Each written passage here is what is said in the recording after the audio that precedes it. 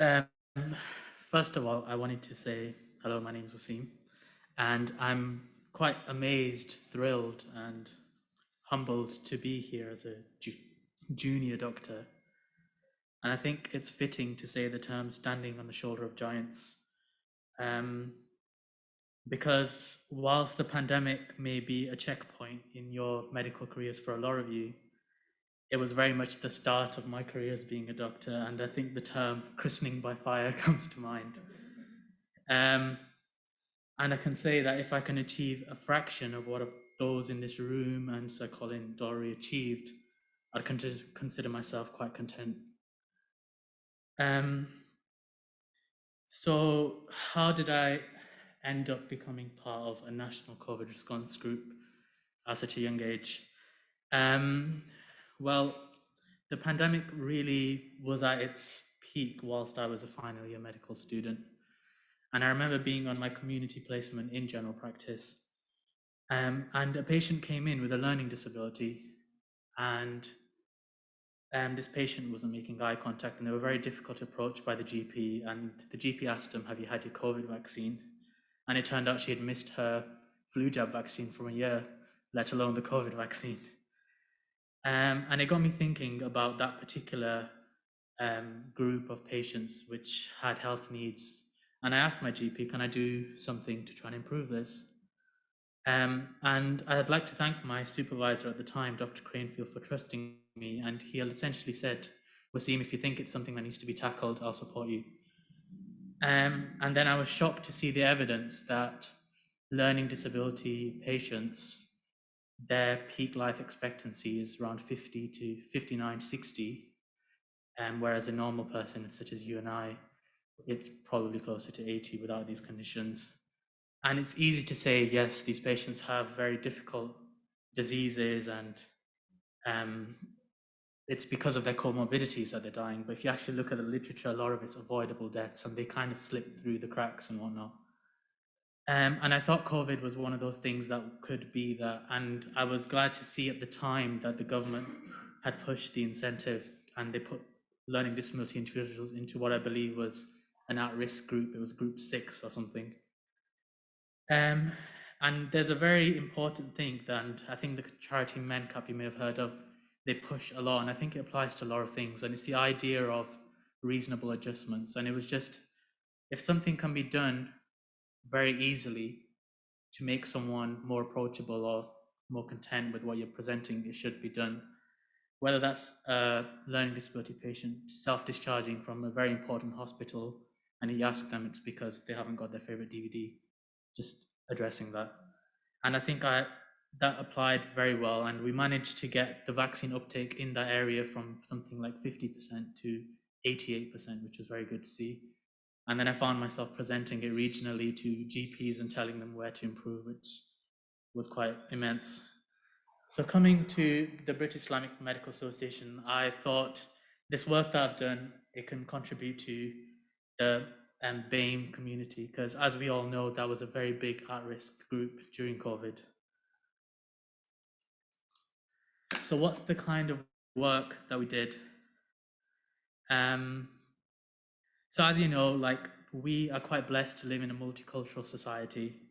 And I think many of you would agree that NHS is a fantastic representation of ethnic diversity and working together for the good of others. But something like COVID, not through prejudice, was more or less detrimental to certain individuals. And we at the British Islamic Medical Association identified this quite early, and we realized that it's something that needed to be tackled. So one of the things that we did was during the peak vaccination rollout, it was during the holy month of Ramadan. And a lot of Muslims were very apprehensive of taking the vaccine because it could break their fast. So we reached out to scholars internationally and to Public Health England, and we released a statement saying that it does not omit your fast. You can take the vaccine, and if you do become unwell, then yes, that's a reason. But if you don't, you can carry on as usual. But then essentially, what we, like I said, the reasonable adjustments for those who was still apprehensive. We created a vaccine program that you could go out of hours after you broke your fast. So not to be like, if they don't want to do it, that's on them, but to actually create reasonable adjustments. And this is just one of the few other things that we did. So misinformation, we started doing a lot of translations for people and things like that. And just Q&As and things like that. And then also helping practitioners. So like in ICU, those who wear hijabs, just to help with them. And then for foundation doctors. And then just lastly, mental well-being as well. And I think that's very important. But to summarize, what I'm trying to say is that sometimes these kind of adjustments need to be made, and it's not always about equality, but it's about equity. And sometimes we need to address that.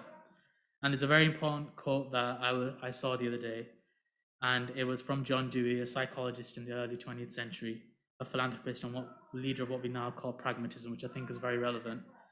And he said, we don't learn from experiences, but we learn from reflection of experiences. And I think that was very important. Thank you for listening.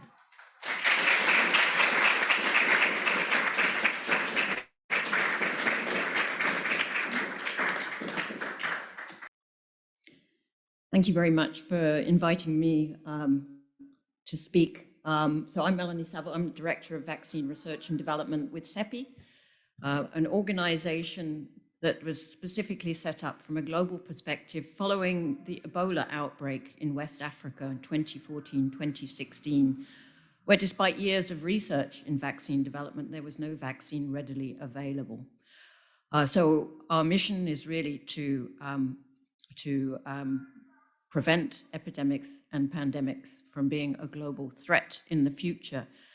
And with that, then, our mission to accelerate vaccine development against emerging infectious diseases. And the way that we work is through partnerships, and obviously very important partnerships being with academia, with industry, with regulators, amongst others, to fund the development for vaccines.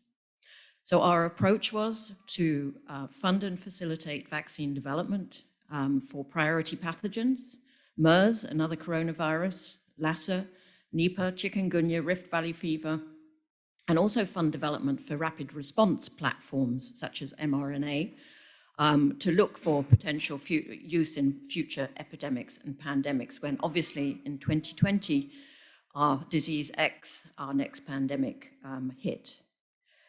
And in that regard, really, I think our life really changed as an organization at that point, as an organization that was to respond to an epidemic or pandemic.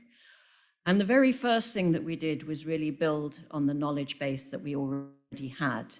And in this case, funding development for MERS vaccines already gave us a number of learnings on coronaviruses, together with working on rapid response platforms. So we were in a position by the 23rd of January, 2020, that we announced our first 3 partnership agreements for development of COVID-19 vaccines, which included Moderna, CureVac, and University of Queensland. And through 2020, through calls for proposal, developing one of the largest portfolios of vaccines against COVID-19 across a number of platforms, supporting 14 vaccines in development. Obviously, Moderna, Oxford AstraZeneca, being now administered to hundreds of millions, if not billions, of people around the world, and other candidates such as Novavax and Clover, with efficacy data available, and we hope a licensure of those vaccines very shortly. As well as specifically looking at developing vaccines, there are a number of important enablers around vaccine development that need to be considered. Harmonization of assays for evaluating vaccines is critical, and we have a network of laboratories, including laboratories in the UK, that any developer, and there are hundreds of developers around the world, can send samples to test in immunological assays so we can compare apples with apples across the various developments. Also, some investments in tracking variants and looking at the biological relevance of variants as they emerge to vaccine efficacy through looking at immunological assays and early animal work to see the potential impact on vaccines. And as we're moving forward, looking at more broadly protective vaccines against COVID-19, but also coronaviruses as a virus family. We'll also recognize the need that people have moved fast to getting to emergency use authorization, but there's a lot of evidence gaps from a clinical perspective, and filling those evidence gaps specifically with clinical trials. And as an example, we've been working with the UK on mix and match regimens for vaccines to look at how they can be used in the future. And last but by no means least, looking at manufacturing specifically, we've moved from an R&D organization to an organization funding very large scale up of manufacturing, identifying bottlenecks in manufacturing that will impact supply and generation of a marketplace so we can bring manufacturers together with the raw materials. And all of this is also built around something that is fundamental to what CEPI does, and that is equitable access to vaccines. So within our contracts, developers have to give us first rights to vaccines to be used in a global fair allocation system now called COVAX. And you can see here, through the COVAX mechanism, we have CEPI, Gavi, WHO, working with UNICEF to deliver vaccines around the world. And we've delivered over 500 million vaccines to 144 countries around the world. We're not in the equitable space at this point. High-income countries still have delivered far more vaccines than low and middle-income countries. And we really still need to work on these to ensure that we get to equity around the world. Then maybe just a few reflections there. There's a lot there that I've presented, and this is all the work of industry, academia. The work of the regulators has been tremendous, and what has happened is something really extraordinary. Vaccine development usually takes at least a decade. And what we have seen is, to the first results being available from clinical trials from the sequence, only just over 300 days. So the first doses were delivered when there were 68 million cases of COVID around the world. So we have a challenge. What if you could convert that 300 days to 100 days when there are only 2.3 million cases of COVID in the world? What impact would have introducing vaccines had in that circumstance? So with that in mind, just to say that we have some plans for moving forward to really look at that and prepare already for the next pandemic. We know that COVID-19 is not over yet.